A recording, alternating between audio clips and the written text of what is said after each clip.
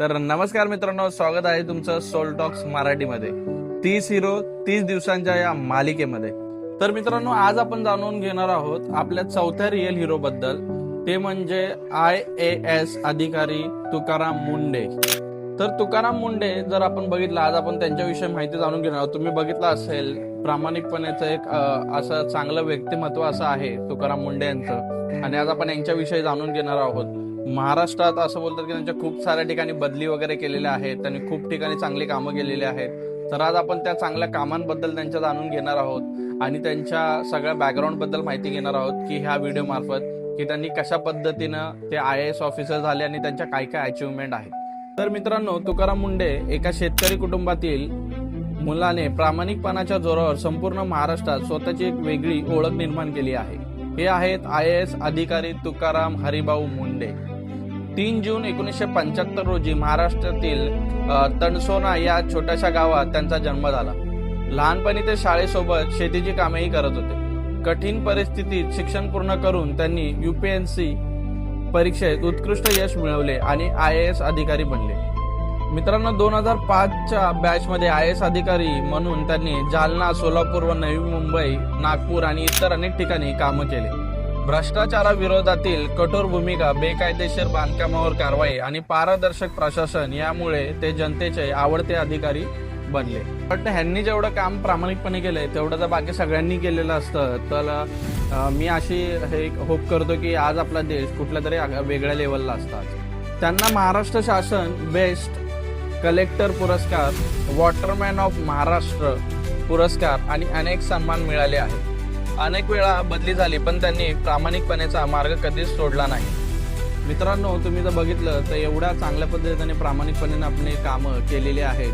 जिथं त्यांना बोलतात ना की कारवाई करायची आहे, तिथे त्यांनी प्रामाणिकपणे कारवाई केलेली आहे. कुठलाही भ्रष्टाचार किंवा कोणाचेही पैसे घालून त्यांनी काही केलेलं नाही. प्रामाणिकपणे आत्तापर्यंत त्यांनी एवढं त्यांचं आयुष्य काढलेलं आहे. आणि दुसरी गोष्ट म्हणजे एवढ्या साऱ्या बदल्या त्यांच्या केल्या की ह्या स्टेटमधून त्या स्टेटमध्ये किंवा ह्या शहरातून त्या शहरामध्ये, पण त्यांनी कधीही त्याचा निगेटिव्ह इम्पॅक्ट म्हणून घेतलेला नाही. त्यांनी पॉझिटिव्ह इम्पॅक्ट म्हणूनच सगळीकडे घेतलेले आहेत. आणि बोलतात ना, त्यांनी अक्षरशः लोकांच्या नाकामध्ये दम करून ठेवलेलं आहे. असं हे व्यक्तिमत्व आहे.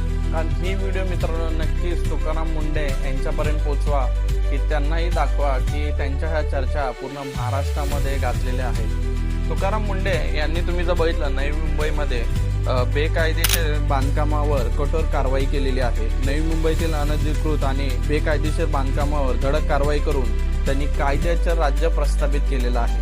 तुकाराम मुंडे एक असे IAS अधिकारी आहेत, त्यांनी जनतेशी थेट संवाद साधला आणि प्रशासन आणि सामान्य नागरिक यांच्यात संपर्क वाढवला. लोकांच्या समस्या स्वतः ऐकून तातडीने त्यांच्यावर उपाय केले. म्हणून आज त्यांचं जे स्थान आहे लोकांच्या मनामध्ये आहे. मित्रांनो, त्यांनी पाणलोट विकास काम सुरू केले. पाणलोट विकास आणि जलसंधारण वॉटरमॅन ऑफ द महाराष्ट्र म्हणून त्यांचा एक गौरव पुरस्कार झाला. पाणलोट विकास, जलसंधारण आणि पर्यावरण संवर्धनावर भर त्यांनी चांगल्या पद्धतीने दिला. तुकाराम मुंडे यांना प्रामाणिकपणा हीच त्यांची एक खरी ओळख म्हणून ते ओळखले जातात. अनेक वेळा बदली झाली, पण तडजोड केली नाही. प्रामाणिकपणाने आणि पारदर्शक प्रशासनाने जनतेच्या मनात स्थान त्यांनी निर्माण केलं. आणि मित्रांनो, ह्या मार्फत त्यांनी आपल्याला शिकवलं की पद मोठं नसतं मित्रांनो, काम मोठं असतं, माणुसकी मोठी असते.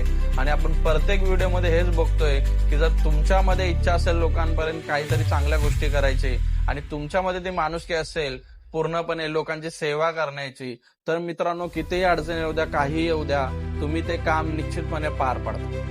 तर अशाच व्हिडिओसाठी, आपल्या नवीन व्हिडिओसाठी नक्कीच आपल्या सोल टॉक्स मराठीला फॉलो करा. आणि तुकाराम मुंडे यांची जर स्टोरी तुम्हाला आवडली असेल तर नक्कीच आपल्या चॅनलला लाईक, शेअर आणि फॉलो करा मित्रांनो. धन्यवाद.